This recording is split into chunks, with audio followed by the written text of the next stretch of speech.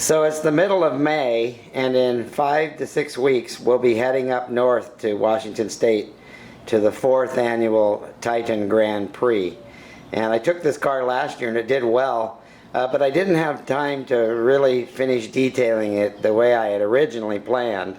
So over the next few weeks I'm going to do a few more things to, in essence, finish the car that I didn't get to finish last year. So this will be a little mini-series taking us up to when we head out on our trip. Okay.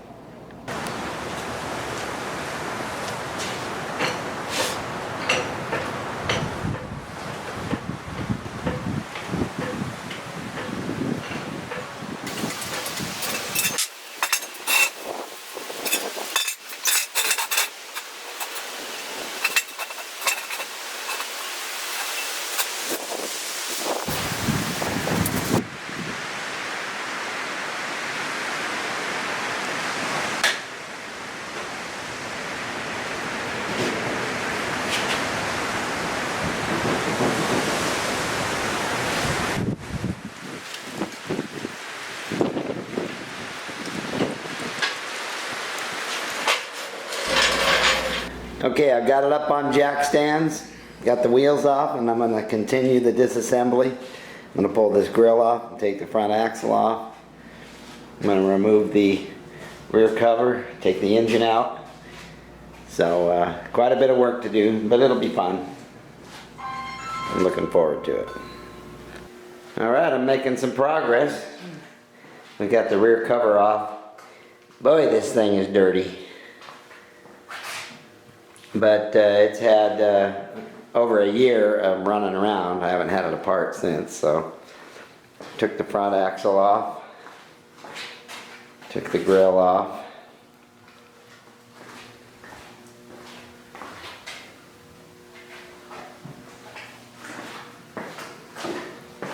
Here's the anatomy of this transverse cycle cart front axle setup. Spindles. These are longer than normal. I was experimenting with. Gives it a nice turning radius, but it changes the ratio. There's a spring and the rubber block, the tie rods, radius rods. There's the panhard rod. This is a damn good little axle setup. I like the way it runs. Feels like independent front suspension. Here's the rear cover. It's dirty inside. Okay, continuing on with the disassembly.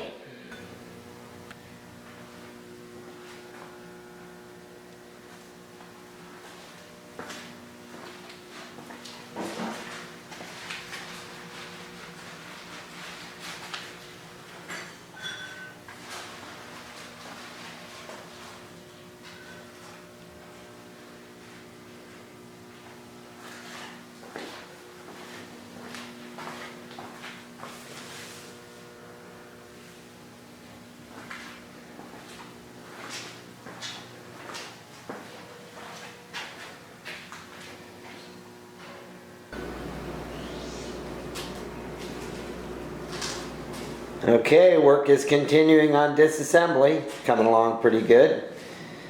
I'm going to clean this thing up real good. You can see where I didn't have a chance to finish things. So I'm going to paint all this flat black. I'm going to paint the, I'm going to sand this wood and paint it black also. And of course the chassis. These body panels are screwed on and partially glued on, so they're going to get painted on the chassis. I'll mask everything. But first order business is getting everything clean. Okay. Hopefully when I have this thing finished it'll have a kind of a different look to it. We'll see. And I've got to do a little work on this motor. Just normal service, get it all clean and fresh oil in it. In order to put a fresh coat of paint on this chassis, I have to give it a bath. It's got a bunch of grease on it. I've got most of it off now. And the bottom is muddy. So a little soap and water, and then she'll be ready to get a fresh coat of paint. As expected, I got a pretty good sized mess going on here. But I'm making good progress here. I masked off a few areas, and with a combination of rattle can, just good old flat black, and then has some flat black latex house paint. I painted all the metal and wood and the inside. So in a minute I'll pull off the masking tape and we'll get a good look at it and see how it turned out. When I was building this car a year ago, I had hoped to paint the chassis and the inside just like I've finished tonight. But I ran out of time because the Titan Grand Prix was coming up, and I just didn't have enough time to finish the car the way I wanted. So I had to accept a certain level of completeness that I wasn't really happy with. So now I'm moving on like like it was last year, and at that point I would have painted the chassis and the inside like I just did tonight. And this thing is looking nice and fresh. And of course I would have painted the body. I had a plan to paint the body, so that's what I'm going to do next. It'll probably take me a week to get everything painted, and then I got to start putting it back together. I have a grand scheme of what it's going to look like. But I didn't give myself much time. I have basically a month, 5 weeks or so. So I better get with it. Well, it's the weekend and I'm down here at the shop. It's nice and quiet. All the dust is settled. And I have the BMW set up here in the paint room. It's taken me a couple of evenings to set up and to prep everything, but I've washed these things down several times, and it's all ready for primer.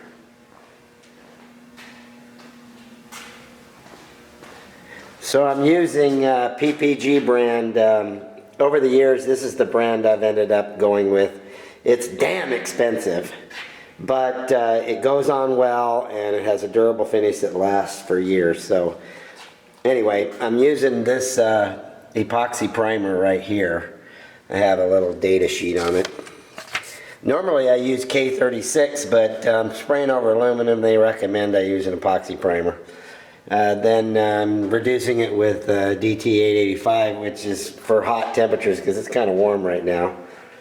I'm going with two colors. The body is all white, and I have this paint matched to the logo of BMW, so that'll be accent color. Got my antiquated gun, but it works well. And I need me a new mask, but it'll do. And I got my mixing cups pretty much ready to go. So next step is to mix everything up and get some primer on these parts.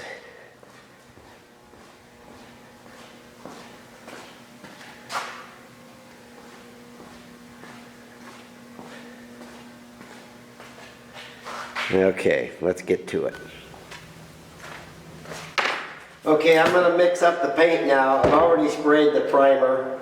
I'm using Deltron DBC, and it's a 1-to-1 ratio. So I'll put in half of DT885 and half the paint, stir it up, and I'll be ready to go.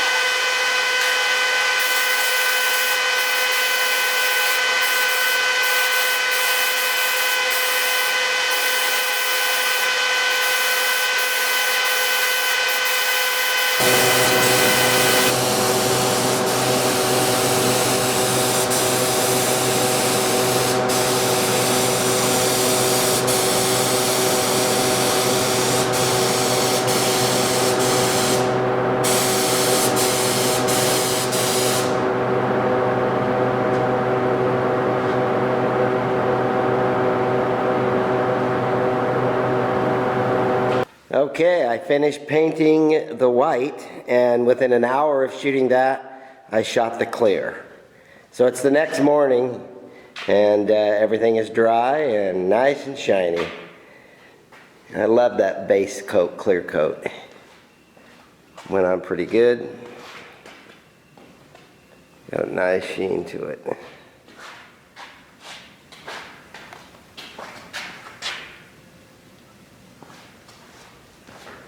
I use the DCU 2021, and then the DCX 61 is the hardener. I've used that for a number of years and always performs well. So I'm going to transport all this to the house and start putting this thing back together. All right.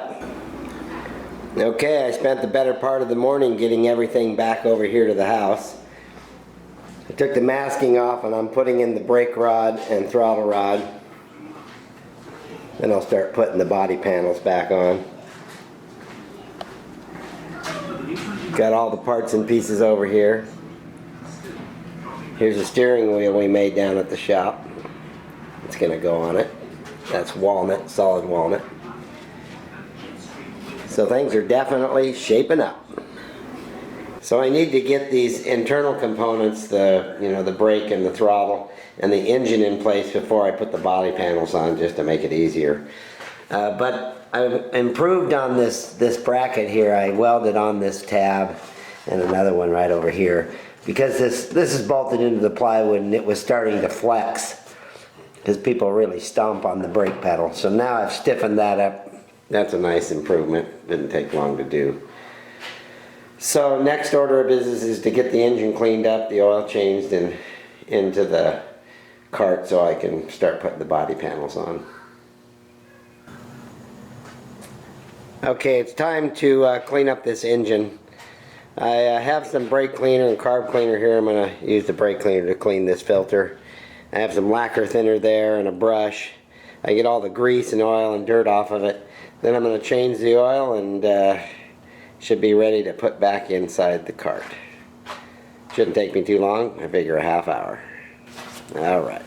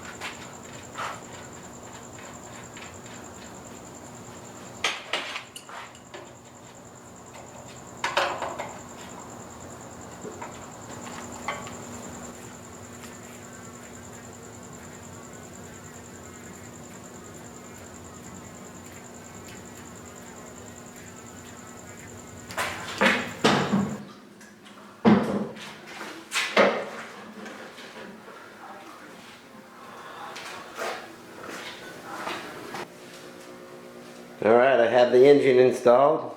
Got the throttle hooked up. I put on a new chain just for the sake of doing it. I think the other one was okay, but it's been a year. Okay, on with the body panel.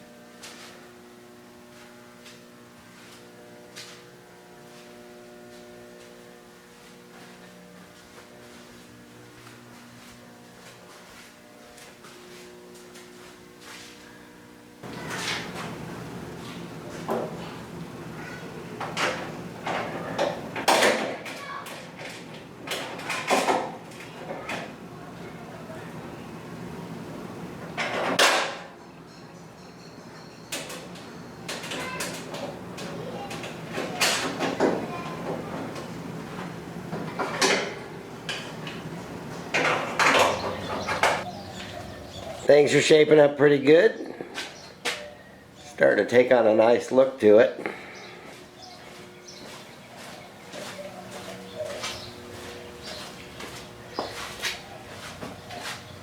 You know, I've always said that screws are my thing. I use lots of nuts and bolts and screws, and for a couple of reasons. One, I built this thing a year ago and I just took it apart so I could paint it, put it back together with ease. Plus, I build my cycle carts in a way that an average guy in his garage could build. We don't all have specialized equipment, and that's okay, because these aren't that hard to build with basic tools. So screws and nuts and bolts are something that everybody can get their hands on without any trouble. So my next order of business, I think, I really have to work on this front axle here. I got some components here I'll tell you about here in a little bit. So that's next. So in the process of finishing this BMW, I decided I want to upgrade to the new vintage Cartco rims. And along with that, I'd like to upgrade to their new spindles, which have a 5/8 diameter axle that fits the particular bearing they use, that also fits inside the hub.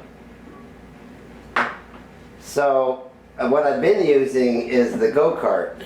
These are the typical go-kart off-the-shelf items. And this is the spindle bracket that goes with it. But the inherent problem is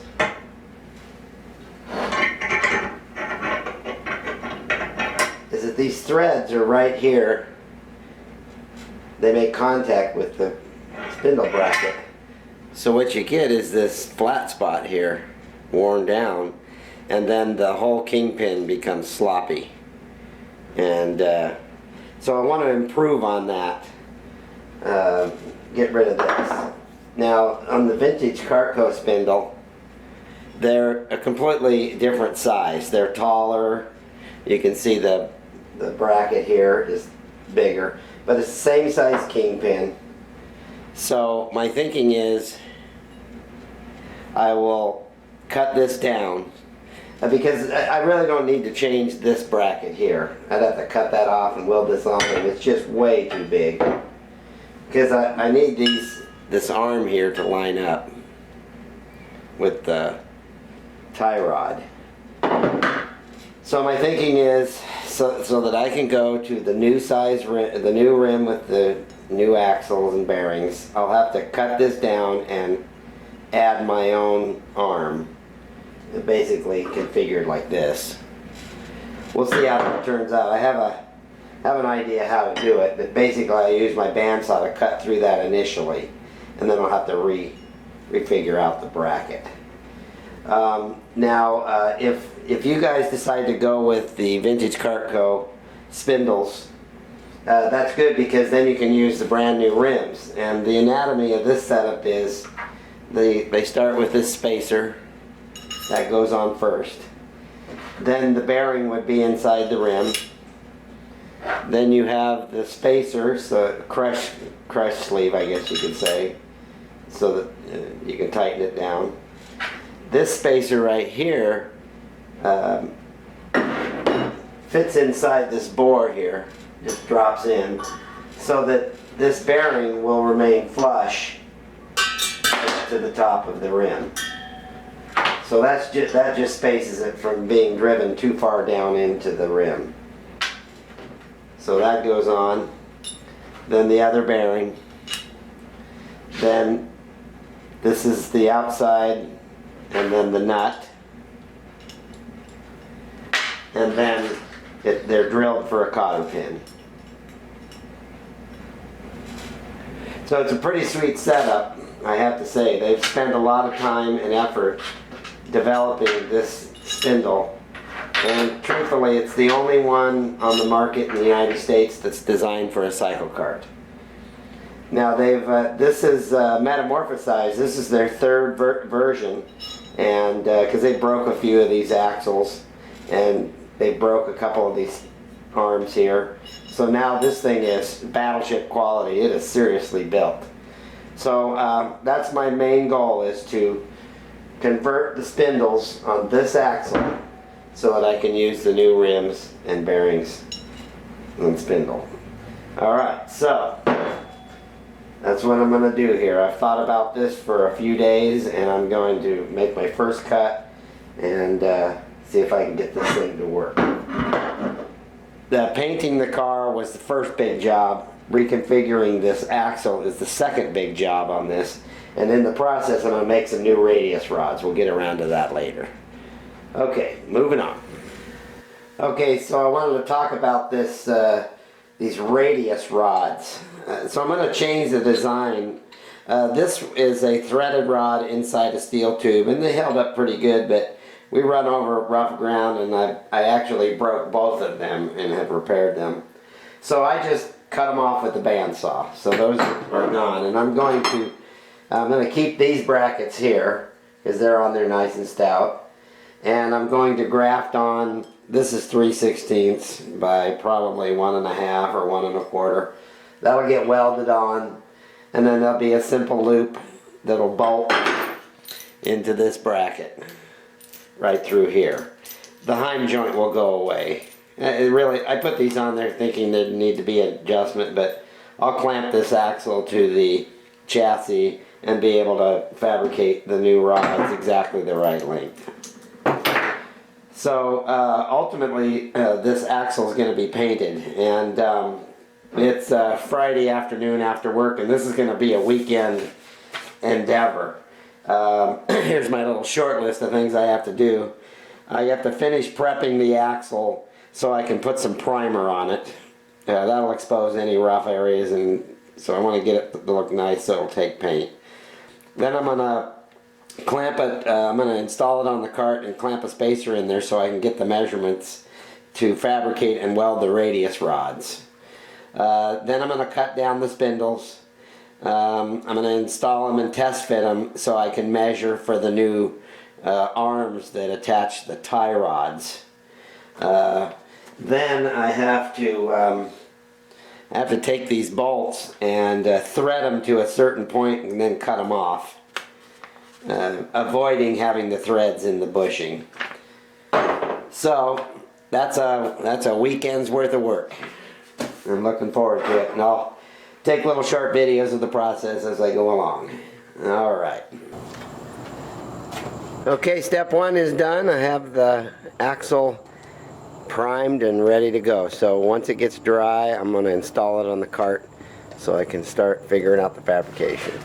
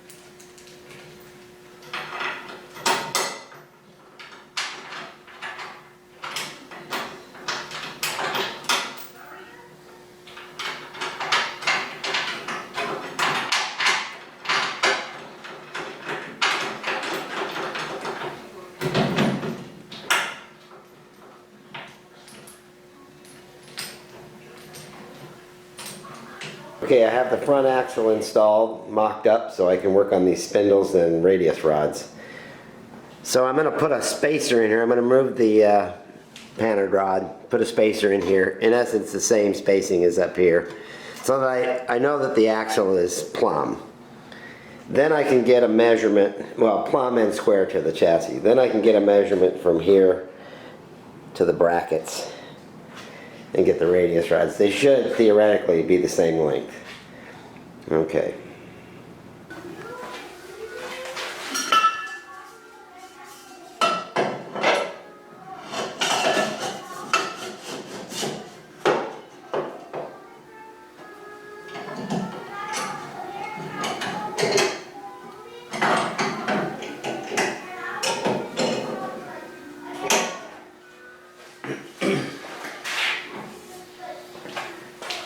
Okay, so now the axle is plumb and square to the chassis, so I can measure the radius rods now.